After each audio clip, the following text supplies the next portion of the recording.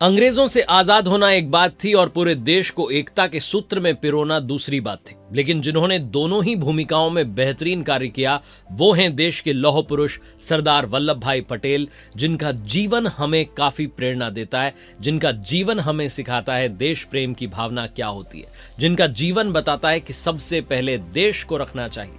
आज उनके जन्मदिन पर जब राष्ट्रीय एकता दिवस की बात होती है, नेशनल यूनिटी डे की बात होती है, आइए बात करते हैं सरदार वल्लभ भाई पटेल के पूरे जीवन के उन किस्सों की जो हम सबको इंस्पिरेशन देते हैं। मैं हूं आरजे कार्तिक। सबसे पहले बचपन की बात करते हैं। बचपन से ही सरदार बनने के लक्षण सरदार वल्लभ भाई पटेल ने दिखा दिए थे। 31 अक्टूबर 1875 को नडियाद में उनका जन्म हुआ। उनके पिताजी और माताजी धर्मपरायण थे। उनके पिताजी किसान थे और एक ऐसे बालक का जन्म हुआ जो आगे चलकर पूरे भारत का सरदार कहलाया। एक बार स्कूल में उनके मास्टर जी छात्रों को जबरदस्ती अपनी किताब खरीदने को कह रहे थे। वल्लभ भाई को यह बात गलत लगी। उन्होंने छात्रों को इकट्ठा किया और तय किया कि कोई भी टीचर से किताब नहीं खरीदेगा। स्कूल बंद हो गया, स्ट्राइक हुई और अंत में मास्टर जी को झुकना पड़ा। तभी से साफ हो गया कि बच्चा आगे चलकर सिर्फ किताबें नहीं, इतिहास लिखेगा। अब बात करते हैं बचपन के ही दूसरे किस्से की। एक बार उनके हाथ में भयानक फोड़ा हो गया। वैद्य जी ने कहा अगर इसे गर्म लोहे की सलाख से दाग दिया जाए तो ठीक हो जाएगा। पर सवाल था कि इतना दर्द कौन देगा छोटे से बच्चे को। मां डर गई, पिताजी पीछे हट गए। तभी छोटा बच्चा यानी कि वल्लभ भाई पटेल साहब ने खुद सलाख उठाई और बचपन में बिना किसी संस्कारी के फोड़े पर रख दी। फोड़ा फूट गया और बच्चा मुस्कुराकर बोला कि दर्द को हराने वाला ही असली वीर होता है। अब थोड़ा आगे बढ़ते हैं। जीवन में एक ऐसा प्रसंग आता है, एक ऐसा किस्सा आता है जो आपको इमोशनल कर देगा। जब सरदार पटेल वकील बने और एक दिन अदालत में मुकदमे की बहस कर रहे थे, तब उन्हें एक टेलीग्राम मिला। उन्होंने संदेश पढ़ा, कागज जेब में रख लिया, मुकदमे की बहस पूरी की, फैसला सुनाया गया और तब जाकर उन्होंने धीरे से कहा अब मुझे घर जाने दीजिए क्योंकि पत्नी की मृत्यु हो गई है। क्योंकि उनके लिए कर्तव्य पहले था और वो खुद बाद में। अगर बात करें डेडिकेशन की तो इंग्लैंड में पढ़ाई के दौरान सरदार वल्लभ भाई पटेल दिन रात लाइब्रेरी में पढ़ते थे, सुबह से रात तक, कभी कभी लगातार 17 घंटे। वहां का पियोन आकर के कहता था कि सर अब तो लाइब्रेरी बंद करनी है। लेकिन उन्होंने इतनी मेहनत की कि वकालत की परीक्षा में फर्स्ट ग्रेड आए, फीस माफ हुई और 50 पाउंड का उन्हें इनाम भी मिला। उनके आंसर्स देखकर के एग्जामिनर कहने लगा ऐसा स्टूडेंट तो हर सदी में एक ही जन्म लेता है। जब वो इंग्लैंड में रह रहे थे तो उन्हें नेरुआ नाम की बीमारी हो गई। तीसरी बार डॉक्टर ने कहा अब तो आखिरी ऑपरेशन होगा पर आपको बेहोश करना पड़ेगा। सरदार पटेल ने कहा नहीं, मैं होश में रहूंगा और बिना क्लोरोफॉर्म के ही उन्होंने पूरा ऑपरेशन झेला, बिना एक सिसकी लिए। डॉक्टर बोले इतना साहसी रोगी हमने कभी नहीं देखा। वो सच में लौह पुरुष थे, अंदर से भी और बाहर से भी।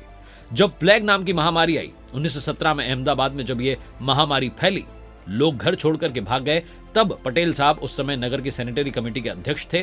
उन्होंने शहर छोड़ा नहीं, खुद सड़कों पर उतरे, सफाई की निगरानी की, बीमारों की मदद की।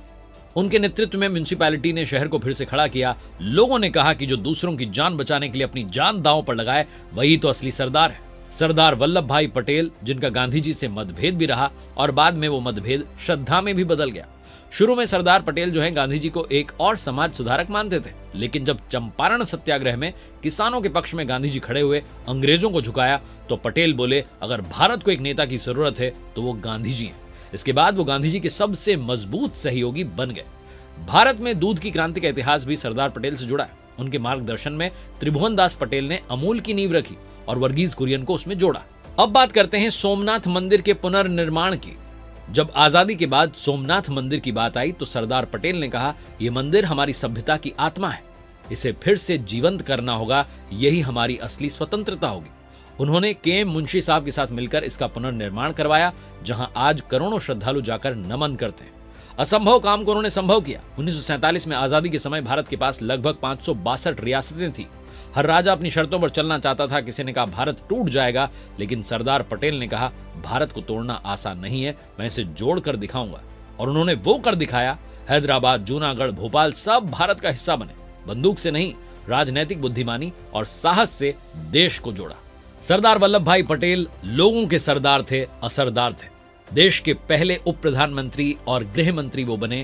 कहते हैं कि अगर वो ना होते तो भारत में कई सारी रियासतें होती।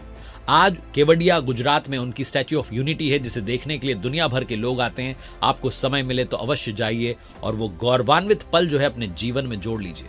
1991 में उन्हें भारत रत्न से सम्मानित किया गया था और हर साल 31 अक्टूबर को देश राष्ट्रीय एकता दिवस मनाता है। सरदार पटेल सिर्फ एक लीडर नहीं थे, वो एक विजन थे, एक सोच थी, एक ऐसी सोच जो हमें बार बार याद दिलाती है देश प्रेम शब्दों से नहीं, कर्म से सिखाया जाता है और सरदार वल्लभ भाई पटेल ने वो कर दिखाया कि आज दुनिया उनको एक महापुरुष के रूप में याद करती है, बारंबार नमन करती है।